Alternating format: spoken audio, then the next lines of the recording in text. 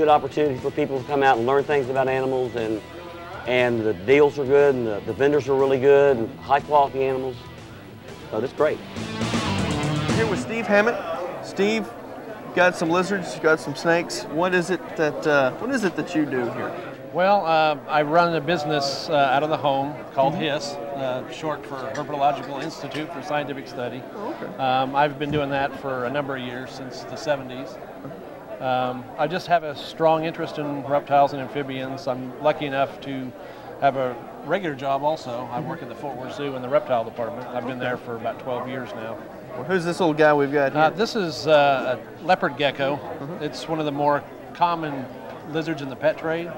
It now comes in a large variety of different color phases, but they're native to Pakistan and Afghanistan. But they're real easy to care for. They're basically a nocturnal lizard. They come out at night, so we don't have to worry about having the special lighting, the ultraviolet lighting, and that sort of thing.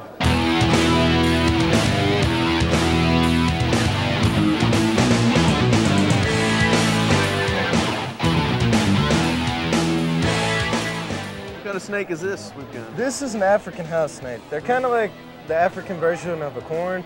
They come in quite a different colors. There's a real bright red phase and a kind of greenish, and they'll have stripes along their bellies sometimes. Now, these snakes, obviously, they're not poisonous. No, all of these snakes are colubrids, which means that they're non-poisonous and they're not rear-fanged.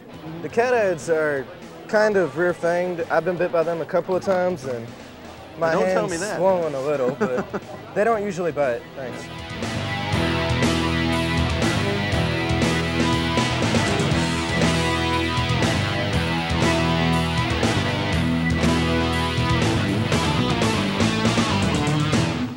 Lynn, tell us a little bit about our friend here. Oh, this here is an Australian bearded dragon. He comes from Australia. She's about 2 years old, and right now she's on her greens. She's a salad eater. Oh, okay. When they get to be adults, we put them on salads, and they get super king mealworms. They're very docile. They're great pets for children. They sort of replace the iguana. Okay. Now I notice they've got this row of spikes around its head. Is that the beard, everyone? Well, the beard is right here. The female, she doesn't blow up like the male does. The male will get real black under here, and he will start bobbing his head. Okay. Where she will raise her arm. Now the spikes, they're basic for in the wild. What they'll do is if they see a predator, they'll swell up and make them look bigger so the predator won't eat them. Okay.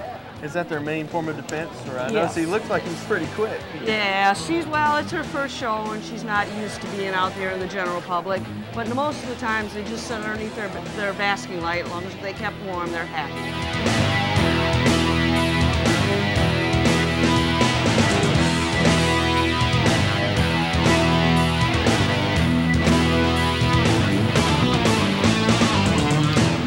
These are reticulated pythons. And reticulated pythons are the largest species of python. They're Asian. These are babies, and that's about how big they are when they're born. And they can get very big. This is one here that weighs 300 pounds. 300 pounds. Yeah, that was a picture on National Geographic Explorer earlier this year. Okay. And that's the normal color for reticulated pythons. And this one is an albino, and I kind of specialize in different color and pattern variations of pythons. So this one is lacking the black pigment, and then it's a type of albino we call amelanistic. Really attractive snake. Gorgeous pattern. Yeah.